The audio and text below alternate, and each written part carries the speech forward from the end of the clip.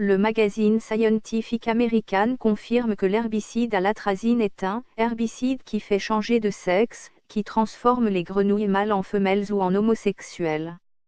Une étude scientifique a réaffirmé qu'un désherbant populaire fabriqué par Syngenta et utilisé sur les champs cultivés à travers tous les États-Unis est tellement dommageable pour le système endocrinien qu'il peut réellement transformer les mâles naturels en femelles.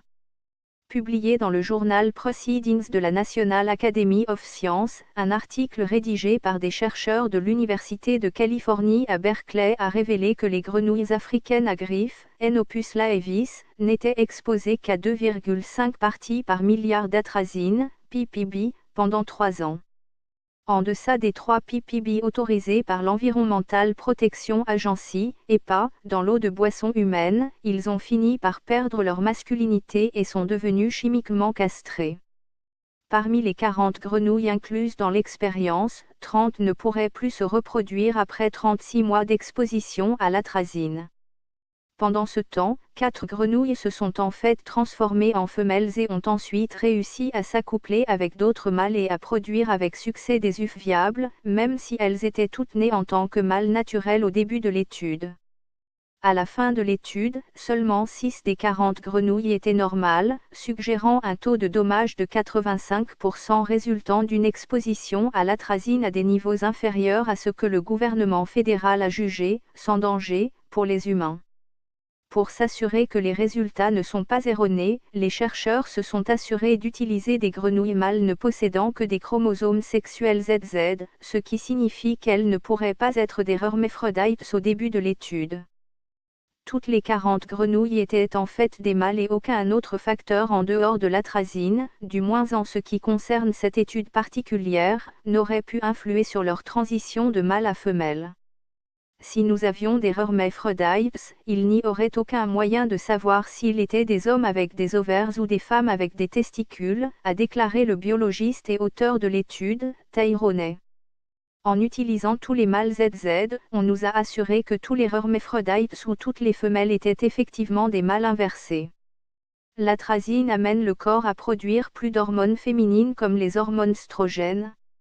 L'atrazine, qui est actuellement pulvérisée sur des millions d'acres de terre cultivée américaine pour lutter contre les mauvaises herbes, semble à l'inverse stimuler la croissance d'une protéine appelée aromatase, qui permet au corps de produire davantage d'hormones féminines telles que l'estrogène.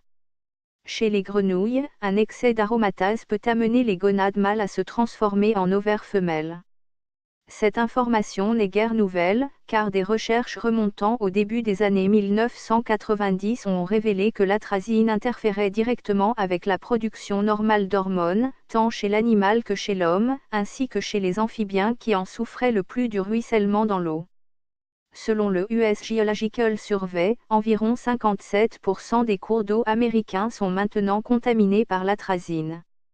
C'est pourquoi l'Union européenne a interdit l'utilisation de l'atrazine en 2003, invoquant une contamination de l'eau, omniprésente et non évitable, résultant de son utilisation continue dans les cultures vivrières. Les États-Unis n'ont pas encore suivi, malgré le fait que la dysphorie de genre et la confusion sexuelle atteignent des sommets sans précédent dans l'ensemble du pays. Se pourrait-il que les produits chimiques agricoles tels que l'atrazine aient les mêmes effets sur les humains que sur les grenouilles, causant de plus en plus de dégâts à chaque génération? Les preuves semblent le suggérer.